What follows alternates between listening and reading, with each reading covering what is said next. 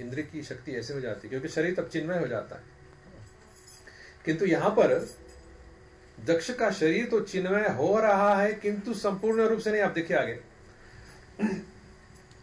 इतना सुख आनंद हुआ दक्ष के हृदय के अंदर, तो उनका कंठ गदगदित होने लगा। जब शब्द रुकने लगता है ना, रुके रुका श्वास, तो उसको गदगदित कहते, गदगदित कंठ होने लगा। ये ध्रुव के साथ भी हुआ था। जब ध्रुव भगवान के दर्शन पाए थे, और कहां पर, मधुबन में। आप जाएंगे वृंदावन की यात्रा पर तो मधुबन भी आता है। मधुबन में राधिका नाचे रे गिरधर की। आज भी ये बात है, आज भी किशोरी जी नाचती है, कन्हैया वहां पर बांसुरी बजाते हैं। वहीं पर ध्रुव महाराज ने तपस्या किया था, और हरि ने जब दर्शन दिया तो ध्रुव महाराज भी दंडवत प्रणाम किए, कंठ गदगदित हुआ। वो स्तुति करना चाहते थे, किंतु कंठ से कुछ शब्द नहीं निकल पाया। यहाँ पर ध्रुव भी 5 साल का बालक था, और उनको ज्ञान भी नहीं था कि स्तुति कैसे किया जाए। तो हरि ने अपना शंख उसके मस्तक पर रखा, और सारा ज्ञान प्रकाशित हो गया। वो PhD प्रोफेसर बन गया वैसे तो। और ध्रुव जब स्तुति करना चाहा तो सर्वप्रथम अब लेटा हुआ है दंडवत प्रणाम में, सामने देख रहा है हरि के श्री चरण। अवसर सामने है तो लाभ उठा लो। भगवान के चरणों को चूमने लगे ध्रुव महाराज ने। यह है प्रेम आनंद, और दक्ष के साथ ये हुआ है। और किंतु दक्ष का जो भाव था वो सकाम भाव था। भगवान देख रहा है दक्ष भाव विभोर है, किंतु उनकी जो भक्ति थी वो सकाम था। वो भगवान को पाने के लिए तपस्या नहीं किया था, ये स्तुति नहीं किया था। और भगवान से कुछ पाने के लिए ये तपस्या, ये स्तुति किया था। उनको ये आशीर्वाद चाहिए था कि प्रजा वर्धन हो। भगवान से ये आशीर्वाद चाहा था। तो हरि कहने लगे, हे दक्ष, तुम्हारी श्रद्धा मेरे अंदर सराहनीय है, क्योंकि तुमने मेरे लिए भाव प्राप्त कर लिए हो, जो कि जीवन का परम उद्देश्य है। हमें भी चाहिए कि जीवन का परम उद्देश्य ये बना ले कि हमें भगवान के लिए भाव हो। जब हम ये हिंदुस्तानी शरीर पाए हैं, हिंदुस्तानी तो बाद में ये शब्द बना है, आर्य शरीर पाए हैं, आर्यवर्त। आर्यवर्त जो लोग उस प्रदेश में रहते हैं जहां पर लोग अपनी चेतना को बढ़ाना चाहते हैं, उसको आर्यवर्त कहते हैं। आर्य वो नहीं कि शरीर के ऊपर जाता है ये शब्द। आर्य उसको कहते हैं जो कि सदैव चेतना के विकास में लगते हैं। चेतना को कैसे विकसित करे, कैसे आगे बढ़े, अंत में जाकर के कन्हैया को कैसे पाए, उसको आर्य कहते हैं। ना कि सफेद बाल हो जाए या नीले आंखों वाला, तो यदि ऐसा कोई नहीं तो उसको मार दो। विदेश में ऐसा कभी हुआ था, समझने वाले समझ जाएंगे। उसको आर्य नहीं कहते, उसको अनार्य कहते हैं। आर्य वो होता है जो कि सदैव चेतना बढ़ाने के लिए कुछ न कुछ अनुष्ठान करेगा, योग तप करेगा, यज्ञ करेगा, आदि आदि, उसको आर्य कहते हैं। तो जहां पर ये लोग विद्यमान थे तो उसको आर्यावर्त कहने लगे। और पहले तो आर्यावर्त बहुत विशाल हुआ करता था, अब तो सीमित रह गया। गुजरात से लेकर के ये मान लो आसाम तक अनेक प्रदेश हैं जहां पर लोग चेतना विकसित विकास में लगे। आज तक तो बहुत घट गया है ये काम, लोग माइक्रोसॉफ्ट के विकास में लगे हैं। जैसे भी हो, आर्य को उनको कहते हैं जो कि चेतना की विकास में लगे। कोई तप करेगा, कोई अनुष्ठान करेगा, वो आर्य होता है। यहां पर जो भगवान के प्रति भाव जगाने का उद्देश्य रखते हैं, जीवन का लक्ष्य भगवान के भाव बना लेते हैं, वो वास्तव में आर्य कहला सकते हैं। कहने लगे, हे दक्ष, हमारी ये इच्छा है कि संसार में सारे जीव सभी सुखी रहे। सर्वे सुखिना भवन्तु, ये वेदवाणी है कि सारे सब सुखी रहे। और तूने जो तपस्या किया है वो लोक कल्याण के लिए किया है, प्रजावर्धन के लिए किया है। अतः तूने जो तपस्या किया है वास्तव में हमारी इच्छा को पूरा किया है। हे दक्ष, तुम ब्रह्मा, शिव और सारे देव मेरे तटस्थ शक्ति के अंश हो। भगवान के कई शक्तियां हैं, अंतरंग, तटस्थ और बहिरंग। अंतरंग वो शक्ति जो भगवान के सदैव साथ रहते हैं। अंतरंग माने जैसे कि मान लो हाँ ऐसे कह सकते हैं, आपके घर वाले अंतरंग हैं, उनसे आप झगड़ो या प्रेम करो, कोई कुछ नहीं कहेगा। जो संबंधी हो और पूर्ण रूप से संबंधी ना हो, उसको आप तटस्थ कह सकते हैं। वो कहीं दूर पर रहते हैं किंतु अपना माने जाते हैं। और फिर बाह्यरंग है, जो कि आपसे अपरिचित हो। भगवान को जो संसार बनाने की शक्ति है उसको बाह्यरंग कहते हैं, और अंतरंग है जो भगवान के साथ सदैव रहते हैं, किंतु उनके बीच में जो शक्तियां हैं उसको तटस्थ कहते हैं। तट वो है जैसे कि गंगा का जो तट है, या तो यहाँ पर सेफने जाए तो भी एक प्रकार का सागर का तट है। तट वो होता है कि जैसे जल ये कभी भूमि पर आता है, कभी चला जाता है, तो जहां तक वो जल आए तो वहां पर एक रेखा हो जाता है, गीला और एक सूखा भाग, उसको तट कहते हैं। उस पर जो स्थित हो उसको तटस्थ कहते हैं। अब देखिए, वो स्थान कभी स्थिर है क्या? एक क्षण रहता है फिर चला जाता है, कभी गीला हो जाता है तो कभी फिर सूखा हो जाता है। और जीवों का यही दशा है, जीवों की यही दशा है कि कभी हरि की ओर देखने लगते हैं तो कभी कभी संसार की ओर देखने लगते हैं। तटस्थ शक्ति का यही प्रभाव है, पड़ता है, कभी अंतरंग शक्ति का तो बहिरंग का। कहते यहां पर, तुम ब्रह्मा शिव सब मेरे तटस्थ शक्ति के अंश हो, और तुम सब विभूतियां भी हो, और मेरे अनेक गुणों के अवतार भी हो। कभी ये प्रश्न उठता है भागवत में, इतने वर्णन, इतने सारे नाम दिए गए हैं अलग अलग व्यक्तियों का, किस लिए? इसका अर्थ, इसके पीछे क्या है? ये सब भगवान के अनेक विभूतियां हैं, भगवान के अनेक, कैसे बोलेंगे विभूति को, अनेक क्वालिटाइतन है और अनेक गुण है। कहने लगे, मेरे सेवा में दक्ष कोई संसारिक ऊंच नीच नहीं है, और सभी मुझे एक समान प्रिय है। अब आप इस पर विचारिए, भगवान ये क्यों कह रहे दक्ष से? दक्ष पहले क्या किया था जिसके कारण उसको तपस्या करना पड़ा?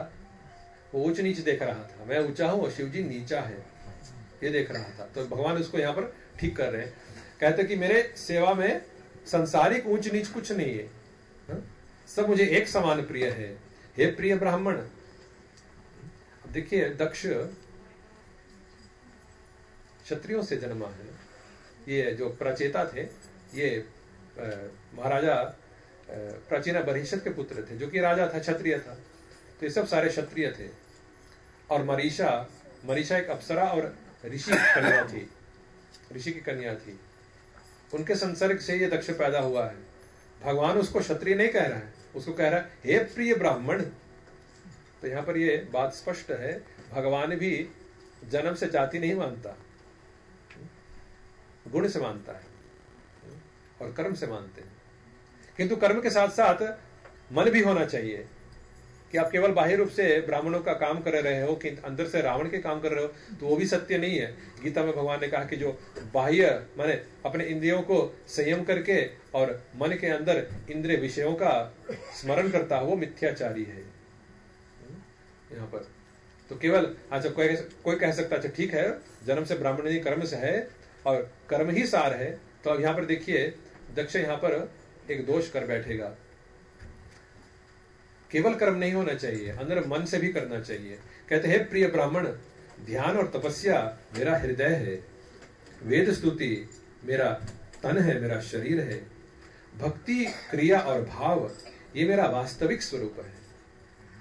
भगवान कहते हैं वास्तविक उनका संपूर्ण रूप क्या है? भक्ति क्रिया और भाव। यज्ञ क्रिया मेरे अंग है, और वो श्रीधन जो कि यज्ञ द्वारा प्राप्त किया जाता है वो मेरा मन है। हमने पूर्व में भी बतलाया था कि जब भगवान ने हम लोगों को संसार में भेजा है तो किसी ऑफिस में काम करना, किसी माइक्रोसॉफ्ट के लिए काम करना, इसलिए नहीं भेजा था। भगवान ने हमें जब यहां पर भेजा तो किस लिए भेजा? हमारी आवश्यकताओं को पूरा करने के लिए भगवान ने कैसे कैसे व्यवस्था बनाई है संसार में। अन्नाद भवन्ति भूतानि पर्जन्याद अन्न संभव, यज्ञात भवति पर्जन्य यज्ञ कर्म समुद्भव। कि देखो, जीव जब यहाँ पर आए तो उनको अन्न खाना ही है। अन्नाद भवन्ति भूतानि, अन्न खाने से ही जीवों की पुष्टि होती है। अन्नाद भवन्ति भूतानि पर्जन्याद अन्न संभव। और अन्न कैसे उगते हैं? वर्षा से, पर्जन्य उसको वर्षा को पर्जन्य कहते हैं। पर्जन्यात अन्न संभव। कैसे बादल से वर्षा कैसे होगा? यज्ञात भवती पर्जन्य, यज्ञ करने से। यज्ञ कर्म समुद्भव, यज्ञ से सब कुछ मिल सकता है। यज्ञ तो वास्तव में भगवान हम लोग को यहाँ पर भेजे थे तो यज्ञ करने के लिए, पर लोग ये क्रिया भूल चुके हैं क्योंकि अंग्रेजों ने भुला दिया है और श्रद्धा दिला दिया है कि अंग्रेजों का जैसे काम करोगे तो सब कुछ हो जाएगा। ये तो इससे कुछ नहीं होता, इसे केवल एक प्रकार की पतनशीलता बढ़ती है। मन का पतन होता है, शरीर का पतन होता है, रिश्ते नाते टूट जाते हैं, ये बात है। यज्ञ से हमें सब कुछ मिल सकता है। भारत पहले सोने की चिड़िया क्यों कहलाती थी? मुगल वहां पर 800 साल तक क्यों रहे? यदि कोई दरिद्र स्थान होता जैसे रेगिस्तान तो क्या भारत में रहते वो क्या? और सोने की चिड़िया कैसी बनी? क्या डकैत से दूसरों के देशों पर अपने हक जमा करके लूट मार करना, ऐसे धनी हुए थे क्या? नहीं। कोई कारागर कोई कारखाना था क्या? क्या कोई माइक्रोसॉफ्ट था उस जमाने में वहां पर? कैसे भारत इतना धनी बना था कि सोने की चिड़िया कहलाने लगे? और जो स्थान आज अमेरिका का है वो भारत का हुआ करता था। कैसे हुआ था? यज्ञ कर्म समुद्भव, यज्ञ से लोग यज्ञ में श्रद्धा रखते थे। वहां के राजा महाराजे सब, हमारे राजा महाराजे सब यज्ञ किया करते थे, किंतु आज यज्ञ बंद हो गया है। तो भारत की दशा देखो, केवल तनाव ही तनाव। तो कहने का तात्पर्य यह है कि देखो, आप चाहे तो स्वयं यज्ञ कर सकते हो, चाहे भारत धर्म के पीछे चले ना चले, हमको तो चलना है। भारत का जो स्थान हुआ करता था कि सारे देशों में ब्राह्मण है, वो धीरे धीरे बदल रहा है। तो हम भारत के पीछे चल भी नहीं सकते, हमें शास्त्रों के पीछे चलना चाहिए, संतों के पीछे चलना चाहिए, वेदों, ये भागवत से हमें मार्ग चुनना है। क्योंकि पता नहीं, हाँ, ये भविष्य पुराण की ये वाणी है कि धीरे धीरे पूरे भारतवर्ष म्लेच्छ वर्ष बन जाएगा। देखो कौन रोक सकेगा? शास्त्री कहने लगा है तो धीरे धीरे होने लगा, क्या कर सकते हैं। कहते हैं कि यहाँ पर भगवान, यज्ञ क्रिया मेरे अंग है और श्रीधन जो कि यज्ञ द्वारा प्राप्त किया जाए ये मेरा मन है।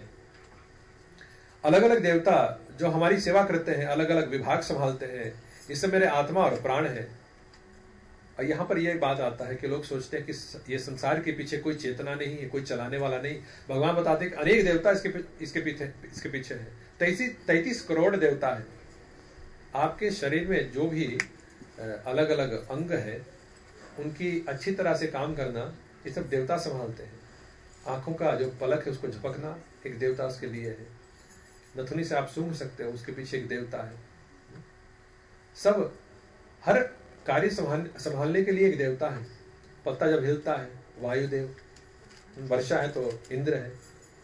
तो संसार के पीछे चेतना ही चेतना है। कुछ वैज्ञानिक आज कहने लगे, देखो वास्तव में संसार में कुछ जड़ है ही नहीं। कुछ लोग कहने लगे हैं, सभी लोग को अभी पता नहीं है कि संसार भी एक प्रकार से चिन्मय है, चलाने वाले चिन्मय है।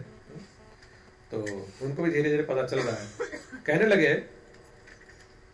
यहां पर कि देवता जो मेरी सेवा करते हैं अलग अलग विभागों में, ये मेरे आत्मा और प्राण है।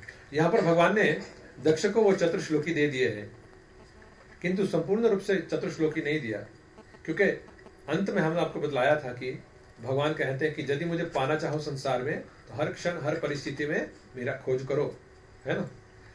दक्ष ये करना नहीं चाहता था, इसलिए भगवान ने उसको केवल 3 श्लोक दिया, संकेत मात्र से बताया कि देखो मुझे पाना चाहो तो, किंतु दक्ष की कोई इच्छा नहीं थी। तो भगवान वहां पर दक्ष को इतना ही ज्ञान दिए। कहने लगे, हे दक्ष प्रजापति, देखो पंचजन प्रजापति का एक कन्या है यहाँ पर, उनका नाम है असिकनी। असिकनी, मैं अब उस असिकनी का कन्यादान तुम्हें करता हूं। असिकनी के साथ तुम चाहो तो जितना संतान मैथुन द्वारा उत्पन्न करना चाहोगे कर पाओगे और बहुत प्रजा उत्पन्न कर पाओगे। जिस प्रकार तुम मायाग्रस्त हो मिथुनी भाव से, वैसे तुम्हारी प्रजा भी माया मिथुनी ग्रस्त होंगे। किंतु मैं ये आशीर्वाद भी देता हूं कि वो भावपूर्वक मुझे उपहार भी दे पाएंगे। ये बात हमने कल भी रखा था कि गृहस्था आश्रम में जाने से पूर्व या शादी विवाह करने से पूर्व योग्य बनो। जैसी भावना होगी वैसे संतान भी होंगे। कभी पिता ये बहुत कोप करके कहता है ये गधे का बच्चा है किंतु उस समय उनको उल्लू का पट्ठा, उनको यह स्मरण नहीं होता कि वो स्वयं को बोल रहे हैं यदि वो गधे का बच्चा तो गधा कौन है, उल्लू का पट्ठा तो उल्लू कौन है ना? अरे भैया आपकी बुद्धि उल्लू का था तभी तो पट्ठा जन्म लेगा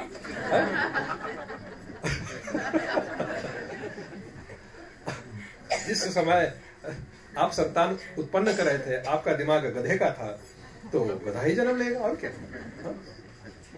जैसे तुम्हारी चेतना है वैसे संतान होंगे, वैसे ही संतान होंगे। ये हिरण्यकशिपु कैसे जन्म लिया, पूर्व कथाओं में आता है।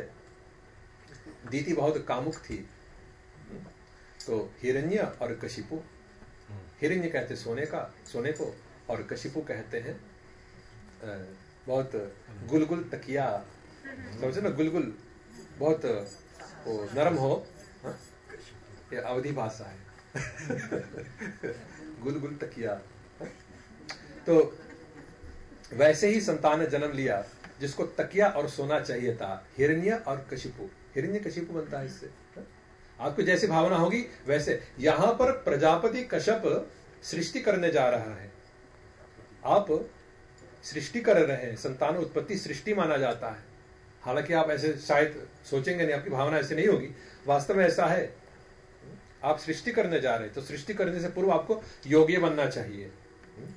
और आज भी ये परंपरा है कुछ परिवारों में, ये संतान उत्पन्न करने से पूर्व लोग कुछ ना कुछ व्रत कर लेते हैं।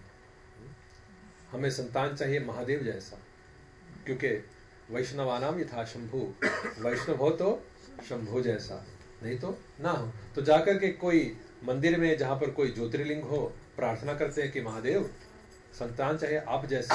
लोग ऐसे करते हैं भी। जैसे कोई एकादशी, एक पुत्रदा एकादशी है तो उस पर पुत्रदा एकादशी ढंग से करने से अच्छे संतान उत्पन्न हो जाते हैं, अच्छे संतान मिल जाता है। यहां पर एक प्रकार से देखना चाहिए कि दक्ष भी सोच रहा कि अच्छे संतान उत्पन्न करने के लिए हमें हरि की आशीर्वाद चाहिए। और ये भी हमें भुलाना नहीं चाहिए कि संतान उत्पत्ति इसमें भगवान का हाथ होता है, अन्यथा सारे अंग यथावत नहीं होते जैसे होने चाहिए। कभी कभी कोई लंगड़ा हो जाता है, कोई अंधा हो जाता है। तो ये सब भगवान का एक प्रकार से देन है कि हमारे संतान भी संपूर्ण अंग वाले हो। कहने लगे सुखदेव गोस्वामी, जब विश्व भावना जगत करता हरि इस प्रकार वचन कहे हैं तो वहां से अदृश्य हो गए और दक्ष को लगा कि जैसे मैं एक सपना देखा हूं। भगवान अदृश्य क्यों हो गए? कई प्रकार के दर्शन दिए हैं भगवान, और कई प्रकार से भगवान अलोप या तो वहां से प्रस्थान करते हैं, कहीं कहीं जैसे कि अन्य भक्तों को दर्शन देते हैं भगवान तो गरुड़ के पीठ पर सवार होकर के प्रस्थान करते हैं। किंतु यहां पर जैसे कि सपना जैसे अलोप होने लगे। ऐसे भगवान ने क्यों किया? वो इसलिए क्योंकि जो मिथुनी भाव में होते हैं सांसारिक विषयी लोगों के लिए, उनके लिए भक्ति बिल्कुल सपना जैसा है, कोई अर्थ नहीं इसमें। वो कहेंगे कोई अर्थ नहीं है।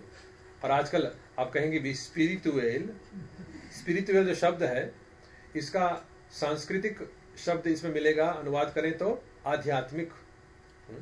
स्पिरिचुअल माने आत्मज्ञान, वो है। तो जो कभी आत्मा देखे ही नहीं, आत्मा विश्वास नहीं रखते, वो कहेगा इसमें कोई अस्तित्व नहीं है, बिल्कुल सपना जैसा है। सत्य वो है जो संसार में दिखाई देता है। तो वास्तव में हरि दर्शन उनके लिए सपने जैसा है।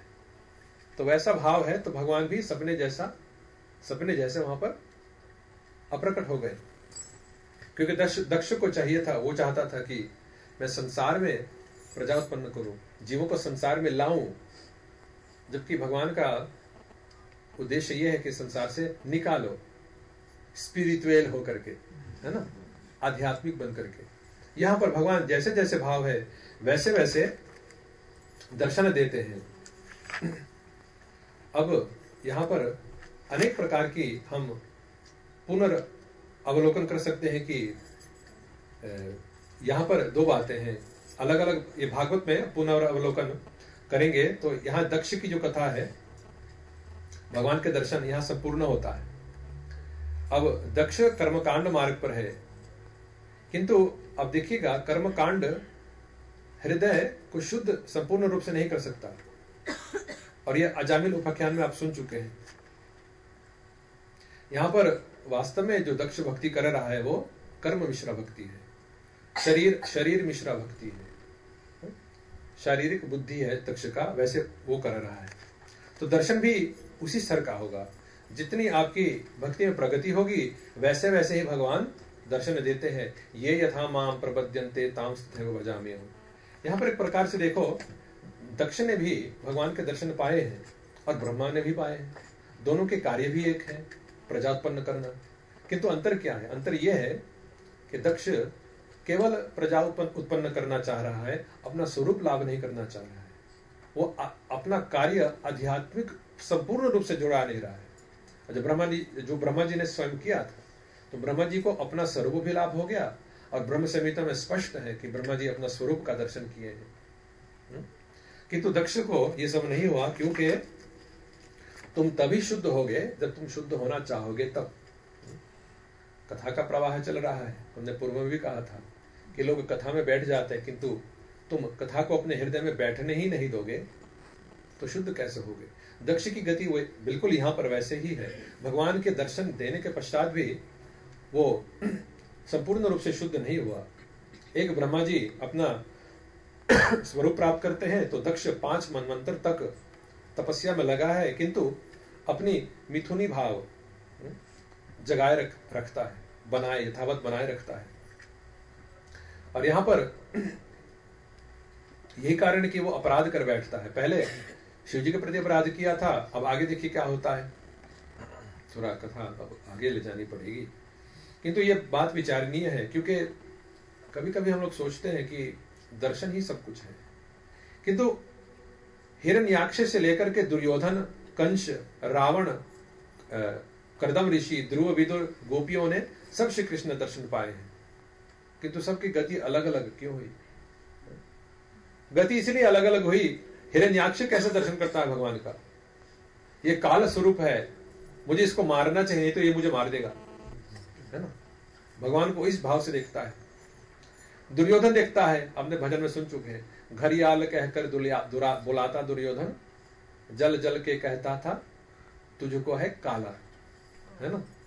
दुर्योधन भगवान से जलता था, कई बार दर्शन किए, यहां तक के ये वो जब भगवान शांतिदूत बनकर आए थे तो उस कौरव सभा में अपना विराट रूप ही दर्शाए थे, किंतु दुर्योधन माने क्या? है ना? भगवान किसी को दबाव से भक्त नहीं बनाता, किसी को विवश करके भक्त नहीं बनाता। तुम्हारी जो भगवान ने छूट दी है, वैसे तुम भावना भी रख सकते हो, भगवान को देखने का या भुलाने की भावना तुम्हारी है, ये छूट भगवान देते हैं। हिरण्याक्ष ने भगवान के दर्शन किए हैं, दुर्योधन ने कई बार किया है, कंस ने भी किया है, रावण ने भी किया है, कर्दम ने भी किया है, ध्रुव ने भी किया है, किंतु सबको अलग अलग गति हुई, अलग अलग भावना। तो यहां पर यह बात स्पष्ट होता है कि हरि दर्शन की लालसा से हमको सर्वप्रथम स्वयं को समझने की चेष्टा करनी चाहिए। यदि तुम स्वयं को समझ गए, अपने आप को आत्मा में पा गए, तो हरि का संपूर्ण रूप में दर्शन होगा। नहीं तो कभी जाते हैं कहते कि मैं तो भगवान देखता हूं, और ये हमारी आचार्य की वाणी है। कभी लोग कन्हैया कर लिए और उसका चरित्र देखो तो यथावत मूर्ख रहा है, वो कोई परिवर्तन नहीं आया, तो जान लो ये वास्तव में दर्शन नहीं रहा है। कभी लोग कहते मैं शिव जी का दर्शन पाता हूँ, माता जी के दर्शन होते हैं, हनुमान जी के दर्शन होते हैं, तो यदि होता है तो तुम्हारा चरित्र भी बदलेगा। तुम जिसके साथ संग कर रहे हो वैसे ही तुम्हारा चरित्र होगा। तो यदि वो रावण का चरित्र वाला रखता है तो जान लो कि हरि के दर्शन नहीं कर रहा है वो। कोई भूत प्रेत जो सपने में आता होगा हरि के रूप धारण करके, ऐसा भी होता है कलयुग में। इससे सावधान। आचार्यों का कहना है कि तुम भगवान को देखने की चेष्टा ना करो, ऐसे कार्य करो कि हरि तुम्हें देखना चाहे, कि हरि तुम्हें देखना चाहे। ये बात यहां पर स्पष्ट होता है। देखो ऐसा नहीं कि भगवान के दर्शन पाना कि इसके पीछे कोई महत्व नहीं, मतलब जीवन का परम लक्ष्य तो यही होना चाहिए, जीवन का सारार्थ उद्देश्य यही है कि हम भगवान के दर्शन पाए। किंतु तुम भगवान के दर्शन किस स्तर पे पा रहे हो? तुम्हारी चेतना शरीर का होगा तो शारीरिक अवस्था पर भी आप भगवान के दर्शन कर सकते हैं, किंतु वो सुंदर गोविंद का रूप नहीं होगी। प्राय हम कहते हैं जैसे कि कोई आप बाजार में जाओ या कोई रह स्थान पे जाओ,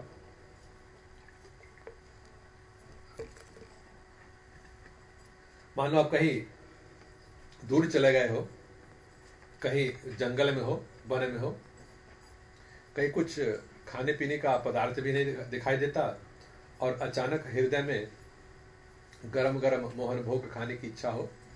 मोहन भोग सभी समझते हैं, मोहन भोग सूजी का बनता है, हमारे अवध भाषा में मोहन भोग कहते हैं और प्राय लोग उसको हलवा भी कहते हैं, पर मोहन भोग हमें अधिक पसंद है क्योंकि किशोरी जी जब बनाते हैं तो उसको मोहन भोग ही कहते हैं ब्रज में। अचानक आपको वन में मोहन भोग खाने की इच्छा हो और अचानक कोई पता नहीं कहां से आ जाए, आपको गरम गरम मोहन भोग देता हो। होता ना कभी ऐसा होता है, वन में नहीं हो तो कहीं और हो, किंतु अचानक कहीं से कोई आ गया और आपकी जो इच्छा थी वो पूर्ति हो गई, तो जानो हरि ने या तो परमात्मा ने इच्छा पूरी किया है। किंतु क्योंकि आपकी जो इच्छा थी वो संसारिक इच्छा थी, तो संसार द्वारा, किसी के हाथ द्वारा, जो संसार में रहने वाला व्यक्ति है, भगवान आप तक वो पहुंचा देता है, आपकी जब सुकृति बनती है। एक प्रकार की ये दर्शन है, विराट का दर्शन है, ये विराट का दर्शन है। संसार का जो दर्शन है, भगवान विराट में भी छिपे है, संसार में भी छिपे, तो वैसे आपको दर्शन हो जाता है। परंतु देखिए, विराट के दर्शन करने से कोई लाभ होता है क्या? हाँ, कभी कभी कुछ कहते लोग कि हाँ भगवान में श्रद्धा बन गई है, किंतु वास्तव में चरित्र में परिवर्तन नहीं आता। और एक दूसरा स्तर है, यदि आप संसार को छोड़ करके मन के स्तर पर जाएंगे, ध्यान करेंगे, वहां पर हरि को खोजोगे, तो वहां पर भी आपके दर्शन होते हैं, भगवान के मान लो निराकार रूप में होते हैं। जैसे कि यहाँ पर अब आप मंदिर की ओर देखें तो यहाँ पर कुछ पट लगे हुए हैं, उसका रंग क्या है? क्या रंग है उस पट का? लाल। इस समय आपको याद आ गया कि वो लाल रंग है। किसने आपको याद दिलाया? किसने आपको याद दिलाया? और कभी कभी क्या होता है कि रात भर सोए हैं, सुबह जागते हैं तो आपको भी हुआ होगा कि मैं कहां पर हूं, कौन हूं। कुछ एक दो क्षण लगता है तो हाँ मैं दनहाख में हूं, तो ये पता जाता है कि कहां पर हूं। तो स्मरण शक्ति भी हमारी नहीं है। मेरे कहने का तात्पर्य कि स्मरण शक्ति भी हमारी नहीं, कोई हमको बताता है और हर क्षण बताता है। कौन बताने वाला है? मतः स्मृति ज्ञानम अपोहनम च, कन्हैया ने कहा है गीता में। कन्हैया तो बता दे कोई लाल है और ये जो बंसीधारी खड़ा ये मैं हूं, ये तुम्हें याद भी नहीं आ सकता। तुम्हारी दादी मां नहीं है, ये कन्हैया है। कन्हैया बांसुरी धारण किए हुए हर क्षण तुम्हें स्मरण शक्ति देता है। वो वास्तव में परमात्मा का एक दर्शन है। तुम्हारे साथ रहने वाले परमात्मा तुम्हें हर क्षण बताता है कि पहले ये पांव आगे रखो, दूसरा पांव, फिर वो पांव, फिर वो पांव, ऐसे चलना। और यदि भूल जाओ तो क्या हो जाता है? रपट जाओगे, ऐसे भी हो जाता है। तो अब देखो, शरीर का हर कार्य परमात्मा संभालता है, हमें ज्ञान दिलाता है क्या करना है। ये परमात्मा का दर्शन है मन के अंदर। और भक्ति करोगे और मीरा की जैसी देखने की इच्छा होगी और तुम स्वयं को पहचान चुके हो जैसे मीरा स्वयं को पहचान चुकी थी, तो आपको भी दर्शन होंगे। किंतु आपकी भावना वैसी होनी चाहिए, सखी मारो कानुड़ो कले जारी कोर, सखी मारो कानुड़ो कले जारी कोर।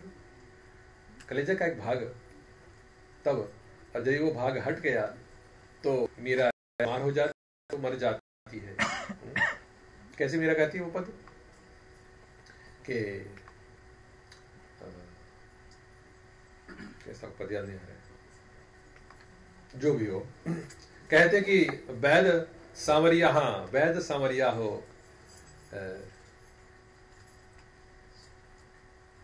कैसे गाती है मीरा? जब वैद सांवरिया हो, हेरी मैं तो दर्द दीवानी मेरो, दर्द न जाने कोई। अब ये पता नहीं कन्हैया ने याद दिलाया, मीरा ने याद दिलाया होगा। जो भी याद दिलाया हो उनका मैं धन्यवाद करता हूँ। हेरी मैं तो दर्द दीवानी मेरो, दर्द न जाने कोई। कुछ लोग प्रेम कहते हैं, वास्तव में दर्द दीवानी मीरा ने लिखा है। दर्द की मारी बन बन भट क्यों, दर्द की मारी बन बन भट क्यों, वैद मिला नाही कोई। मीरा पीर तब रे मिटे जब, मीरा पीर तब रे मिटे जब, वैद सांवरिया होए। जब वैद सांवरिया होगी, जब डॉक्टर सांवरिया होगा, तब मीरा की पीर मिट सकती है। जिन लोगों को भक्ति का रहस्य गुणता से पता नहीं, वो उसको बदल करके प्रेम बना दिया। मैं तो प्रेम दीवानी, किंतु मीरा ने पीरा कहा है। कैसी पीरा? विरह की पीरा। और विरह की पीरा में कन्हैया का अनेक दर्शन होते हैं। जो उस स्तर पर पहुंच चुके हैं, पीरा हो या आनंद हो, एक समान होता है। इसलिए सखी मैं तो दर्द दीवानी मेरो, दर्द ना जाने कोई। इस समय आपको दर्द से आपको घृणा होगा, नहीं नहीं दर्द नहीं चाहिए, है ना? किंतु वो दर्द दूसरा होता है, ठाकुर जी के वियोग का।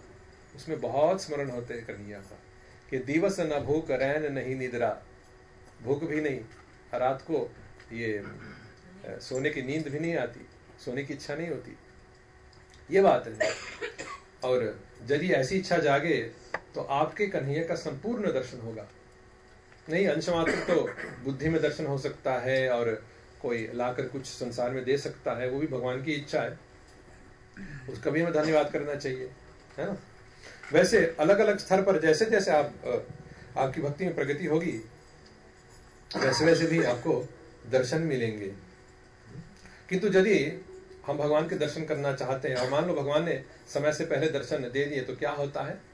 अभिमान जाग जाता है कि मैं तो भगवान के दर्शन कर लिया, तो क्या है? होता है ना ऐसे। तो यही कारण है कि भगवान समय से पहले दर्शन नहीं देते।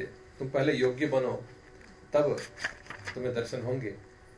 यहां पर जो दक्ष है, दक्ष एक प्रकार से, नहीं आगे बताएंगे। सुखदेव गोस्वामी कहते हैं कि विष्णु माया द्वारा प्रोत्साहित दक्ष अब अपने पत्नी असिकनी में 10,000 पुत्र पैदा किए, जिनका नाम था हरिअश्व। अदक्ष ने कहा कि हे पुत्र, अब जाओ तपस्या करो, ताकि तुम गृहस्थाश्रम के लिए योग्य बनो। गृहस्थाश्रम, विवाह के लिए योग्य बनो। पहले पूर्व कथा में हमने ये प्रसंग छेड़ चुका है कि देखो, गृहस्थाश्रम के लिए योग्य बनना चाहिए, अधिकार प्राप्त करना है, क्योंकि तुम प्रजापति बनने वाले हो। माने जिसके घर में संतान नहीं है, तो शास्त्र भी उसकी निंदा करते हैं। अपुत्रस्य गृहम शून्यम हृदयम दुखितम सदा। और दशरथ की यही गति थी, है ना? आप गृहस्थ बन रहे हो तो संतान के लिए ना, कि खाली घर में आपको नाचना है, तांडव करना है पत्नी के साथ, ये तो नहीं ना, संतान चाहिए। और प्रायः गृहस्थाश्रम की शोभा संतानों से है, किंतु अधिक संतान कभी कभी कोलाहल मचा देते हैं, किंतु उसमें भी आनंद आता है गृहस्थों का, है? कैसे अपना खून है, ये अपना लाला है। तो यहां पर योग्य बनना है।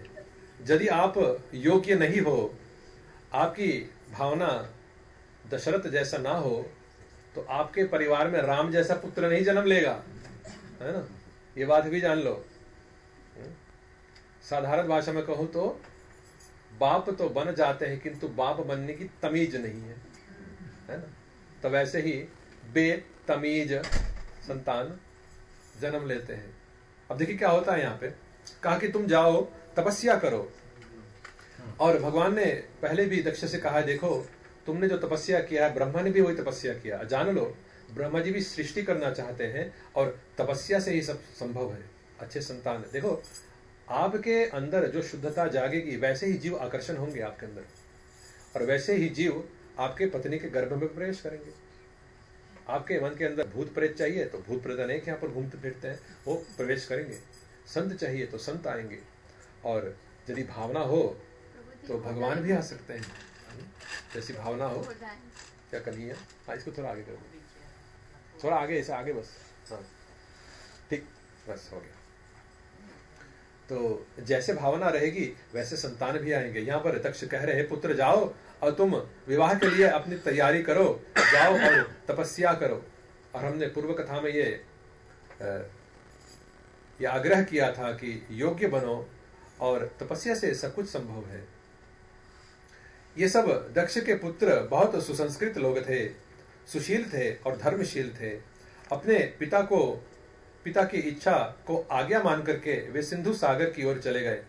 सिंधु सागर वो गुजरात की ओर पड़ता है। एक गंगा सागर है जो बंगाल से पश्चिम बंगाल में वहां पर जाकर के सागर से मिल जाता है, तो एक ये सिंधु सागर है। वहां पर जाकर के नारायण सरस में प्रवेश किए, वहां पर तपस्या करने लगे। और एक बार क्या हुआ, नारद का दृष्टि हरियशों पर पड़ गया, और जिनके ऊपर नारद जी का उनकी दृष्टि पड़ती है उसका तो कल्याण हो जाता है। तो यहाँ पर नारद ने हरियशों को देखा तो देखा, अरे ये तो बड़े शुद्ध हो चुके हैं, ये तो मोक्ष प्राप्त करने के लायक हो चुके हैं। तो नारद जाकर उनको एक प्रहेलिका सुना दिया, प्रहेलिका रातसल सुना दिया। प्रहेलिका क्यों सुनाया? क्योंकि प्रहेलिका सुनाने से प्रहेलिका सुनने वालों को के अंदर आप उनको विवश करते कि सोचो, नहीं तो सोचने में भी लोगों को कष्ट होता है आजकल। पर नारद उनको प्रहेलिका सुनाया। क्यों प्रहेलिका सुनाया? कि स्वयं वो समझ जाए कि संसार में रहने का कोई अर्थ नहीं है। नारद ने हरियशों को कहा कि हे हरियश्व, तुम सब अज्ञान बालक हो, तुम सब अज्ञान बालकों के समान हो, तुम प्रजा उत्पत्ति क्या करोगे? नारद ने ध्रुव को भी ऐसे भड़काया था, और ध्रुव क्षत्रिय जाति के होने के नाते उनके अंदर क्षत्रिय भाव जागा। कहा कि नारद ने, देखो तुम बच्चे हो, तुम जाओ खेलो कूदो, तपस्या तुम्हारे लायक नहीं है, तुम तपस्या के लायक नहीं हो, जाओ लॉलीपॉप खाओ। ध्रुव ने कहा कि तुम्हें मुझे मार्ग बताना है, हरि दर्शन कराना है तो उपदेश दो, नहीं तो यहाँ से चले जाओ, मैं स्वयं हरि को पा जाऊंगा। नारद ने कहा, हाँ ये दृढ़वत बालक है। पहला परीक्षा में ये पार कर लिया पहली परीक्षा को, तो नारद ने उसको शिष्य बनाया। यहाँ पर भी वो कर रहे हैं ऐसे ही। नारद का एक तरीका है कहने का, और उसमें वो आनंद उठाता है। कहने लगे, देखो तुम लोगों ने इस पृथ्वी का लंबाई और चौड़ाई कभी देखा है? कितना लंबा है पृथ्वी, कितना चौड़ा है पृथ्वी? सुनो मैं तुम्हें बताता हूं। तथैक पुरुषम राष्ट्रियम, एक राष्ट्रीय है, एक देश है जिसमें केवल एक राजा है। बिलम चादृष्ट निर्गमम, वहां पर एक बिल है, गुहा है, जहां पर कोई प्रवेश करने के पश्चात लौटता नहीं। बहुरूपम स्त्रियम चापी, वहां पर एक असती निर्लज्जा स्त्री है जो अनेक अलग अलग वस्त्र आभूषण पहनती है और दूसरे पुरुषों को आकर्षित करना चाहती है। पुंसाम पुंसली पतिम, वहां पर एक पुरुष भी है जो उस वेश्या का पति है।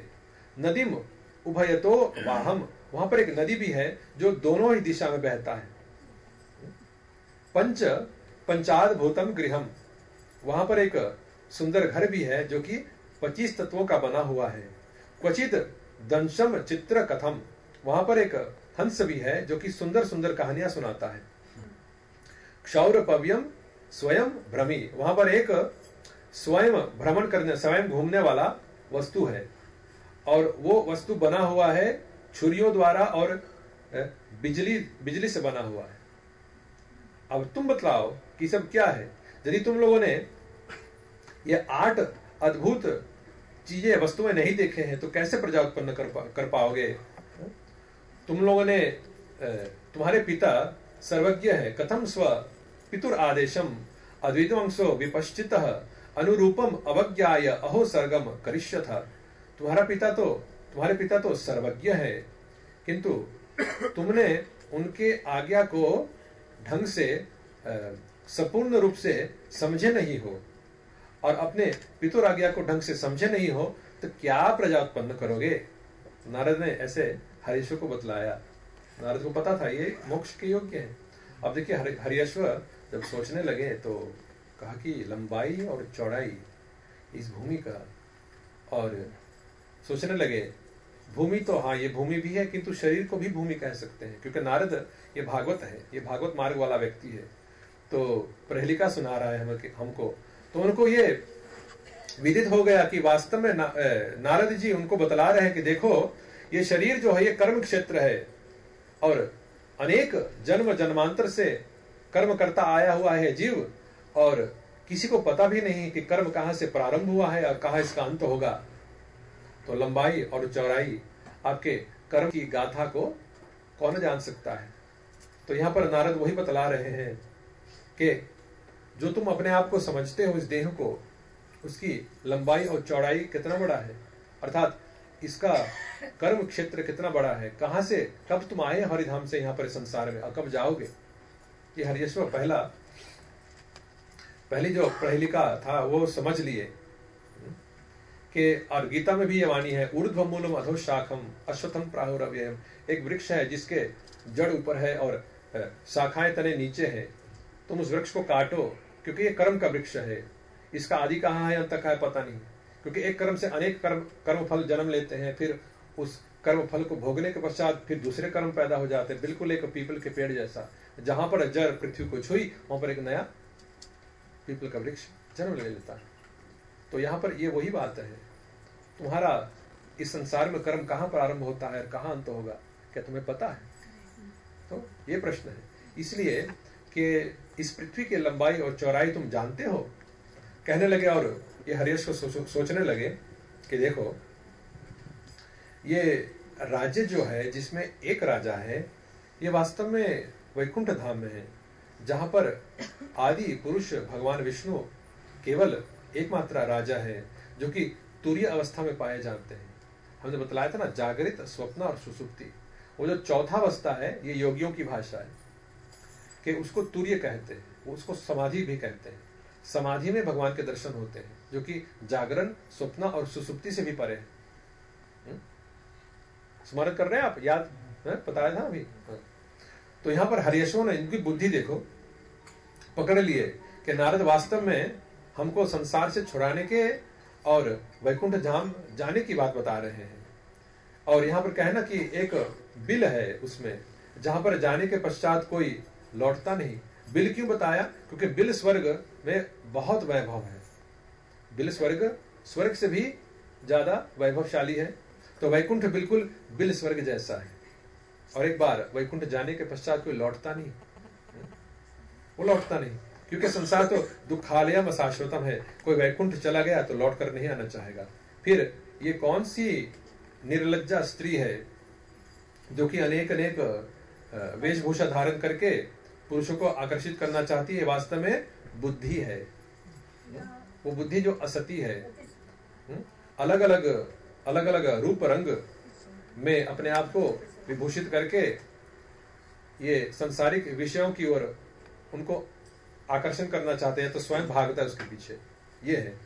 और उसकी पति, उस वेश्या की पति कौन है? ये जीव है, जो कि इनकी राजसिक कार्यों से संपूर्ण रूप से प्रभावित हो जाता है, बंध जाता है। वो नदी जो दोनों ओर बहता है वो ये संसार है। संसार में दो प्रकार की, संसार केवल मान लो दो खंभे पर खड़ा है, वो सृष्टि और संहार। अब देखिए नारद वास्तव में क्या कह रहा है, इस संसार में समय कभी स्थिर नहीं है, हमेशा आगे बढ़ता जा रहा है। समय यहां पर केवल इतिहास मात्र है और भविष्य मात्र है, किंतु वर्तमान वास्तव में यहां पर नहीं है ना।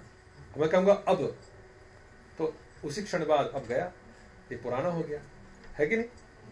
संसार यहां पर कभी, संसार में समय कभी नहीं रुकता। समय कभी रुकता नहीं, यहाँ पे हमेशा आगे बढ़ने वाला है, जो कि चला गया वो लौट कर नहीं आता। यही है, सृष्टि और संहार मात्र संसार है। किंतु वो एक धाम है जहां पर समय कभी चलता नहीं, समय सदैव वर्तमान में ही रहता है। ये गोलक धाम है। अब आप सोचिएगा, उस वर्तमान में सारे लीला हो रहे हैं, हर एक क्षण का आप अनुभूति कर सकते हो, हर क्षण।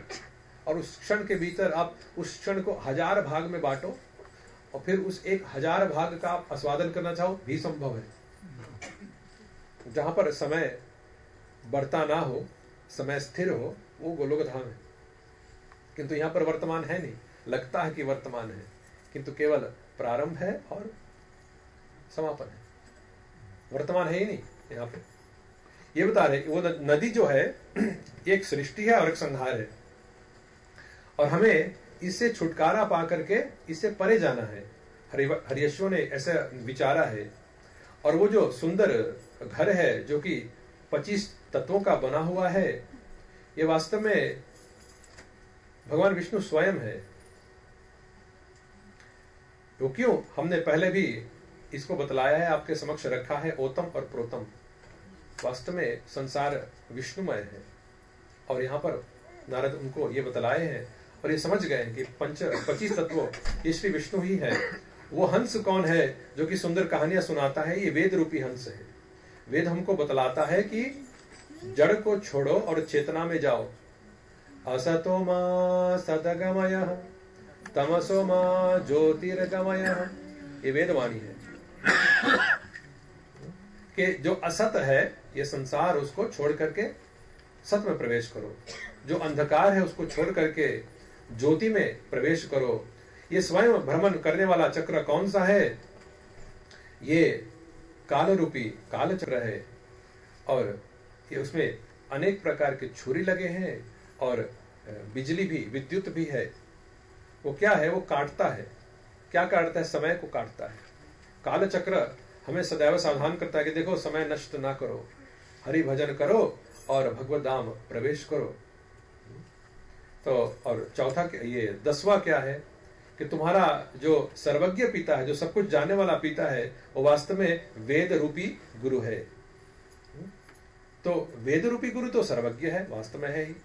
वो नहीं था वो दक्ष के बारे में नारद नहीं बतलाया। वो कहा कि तुम्हारा पिता जो सर्वज्ञ है, तुम उसको पहचाने ही नहीं, उसके आदेश तुम ठीक से समझे ही नहीं। वेद रूपी पिता को नारद ने यहां पर बताया। और जब हरियशों को ये ज्ञात हुआ तो नारद में बहुत निष्ठा रखे, उनको गुरु मान करके, उनकी परिक्रमा करके वो उस मार्ग पर चले गए जहां पर जाने के पश्चात कोई लौटता नहीं। उसको भागवत मार्ग कहते हैं। फिर नारद अपने वीणा लेकर के सारे गामा पादानी सा गाने लगे और अपने मार्ग को गए। वास्तव में संगीत जो है ये इसलिए है, अब देखो समय जा रहा है, आज ये यज्ञ का पूर्णाहुति का दिवस है, तो आप यदि बुरा ना माने तो 10 मिनट ज्यादा ले लो, अधिक ले लो, ताकि कथा में तो जो देखता हूं कहां तक पहुंच सकता हूं। तो नारद जब भी अपने वीणा पर स्वर लगाते हैं तो ये वास्तव में संगीत जो है बहुत अच्छा माध्यम है मन को एकत्र करने का। मीरा ने ऐसा किया, सूर्य ने भी ऐसा किया, नारद भी ऐसा किया। अनेक भक्त संत हुए हैं जो कि संगीत के माध्यम से अपने मन को एकाग्रचित करके हरि के स्मरण किए हैं। नारद हरियश्वों को मोक्ष देने के पश्चात अपने मन को हरि चरण में लगाए और ब्रह्मांड में भ्रमण करने लगे। हरियश्व बहुत सुशील थे, धर्मशील थे, और यही कारण था कि वे नारद की आज्ञा का पालन करके अपने पिता का आज्ञा का अवज्ञा किया। पिता की अवज्ञा को उन्होंने नहीं माना। अब नारद क्या करता है? नारद गए दक्ष के पास, कहा हे दक्ष महाराज, मैं तुम्हें एक सुमंगल समाचार देने आया हूं। मंगल माने और सुमंगल बहुत बहुत मंगलमय समाचार देने आया हूं। तुम्हारे पुत्र हरियश्व उनको मैंने केवल एक प्रहेलिका समझाया, एक प्रहेलिका बताया, किंतु वो इतने बुद्धिमान निकले, इतने तेजस्वी के पूरे भागवत सिद्धांतों से निकाल लिए और वे भागवत धर्म को अपना करके भिक्षु मार्ग अथवा संन्यास मार्ग पर चले गए और वो भगवत धाम को चले गए। कितना अच्छा हुआ ना। दक्ष जब सुनता है नारद की वाणी तो कहा, हाँ मेरे पुत्र, सब सर्वनाश हो गया, सब बेकार हो गया। बेकार, कार गाड़ी को कहते हैं, जिसके पास गाड़ी नहीं वो बेकार।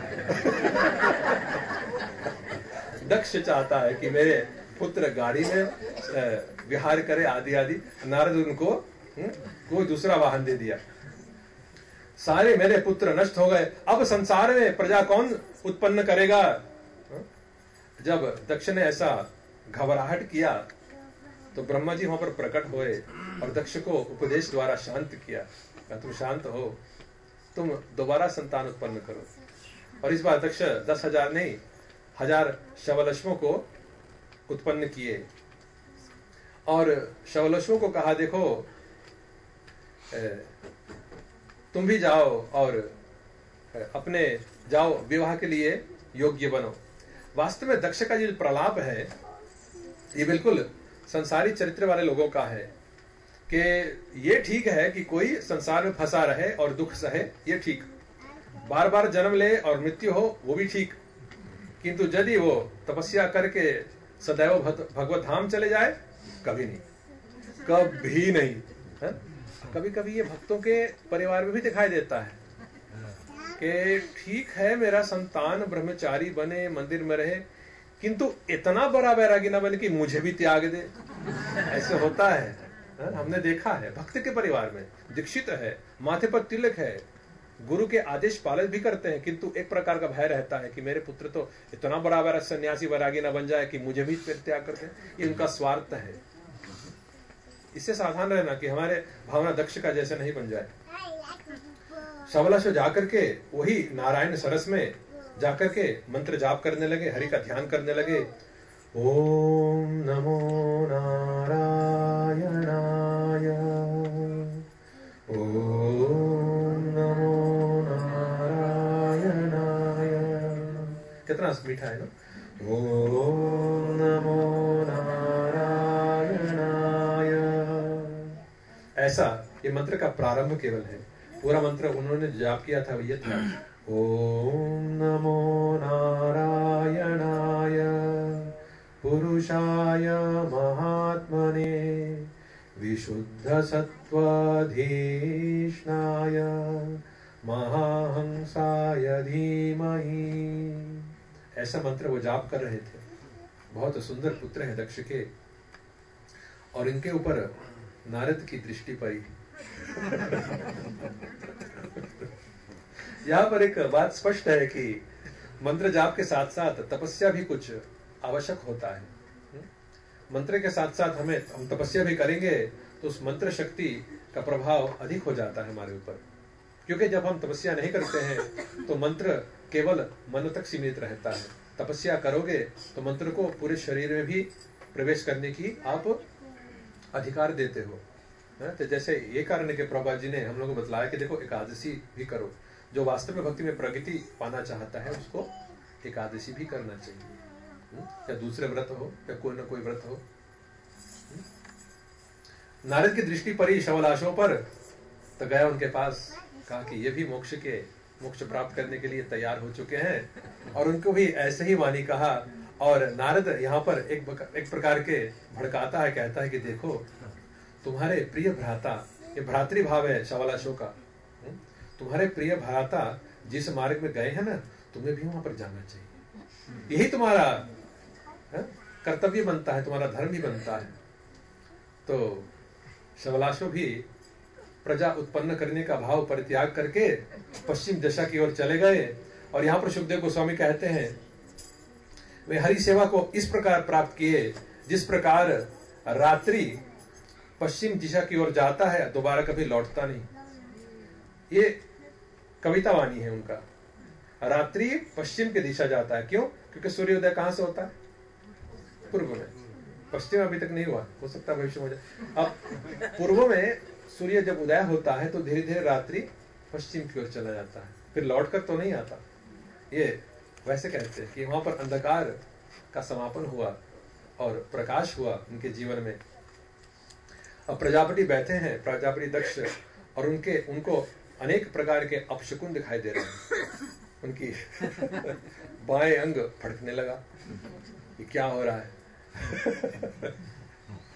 फिर धीरे धीरे उनके सेवक आए और कहने लगे कि महाराज, नारद ने आकर के आपके पुत्रों को शिक्षा दिया है, ये हरियश्व की भांति संन्यास मार्ग पे चले गए हैं। दक्ष को बहुत क्रोध हुआ नारद पर। अब शवलशों को भी मुक्तिधाम हरिधाम पहुंचा दिए तो नारद ये सोचने लगा कि स्वयंभू मनु के वंश में हमने प्रियव्रत को हरिधाम पहुंचा दिए, उत्तानपाद को भी, प्रचिना बरही भी मेरे ही उपदेश से हरिधाम पहुंच चुके हैं, प्रचेताओं को मैंने भी हरिधाम पहुंचा दिया, अब हरियश्व और शवलश्व भी चले गए। तो ये दक्ष क्यों बंधा है अभी तक संसार में, गृहस्थ जीवन में? यदि वो मेरे पास नहीं आता मोक्ष के लिए, तो मैं उनके पास जाऊंगा मोक्ष देने के लिए। और नारद की परंपरा में ये संस्था भी है। इस्कॉन की संस्था किसी की प्रतीक्षा नहीं करता, वो जाता है मोक्ष दिलाने। भैया तुम भजन करो, नहीं करोगे तो कान भी पकड़ लेता है कभी कभी। ये नारद की परंपरा है। नारद ने सोचा अब चलो दक्ष को भी हम मोक्ष दिला देंगे, तो गए दक्ष के पास। और नारद ये विचारा, देखो दक्ष अभी दुखित है, और जो दुख में होता है वो उपदेश अवश्य सुनता है।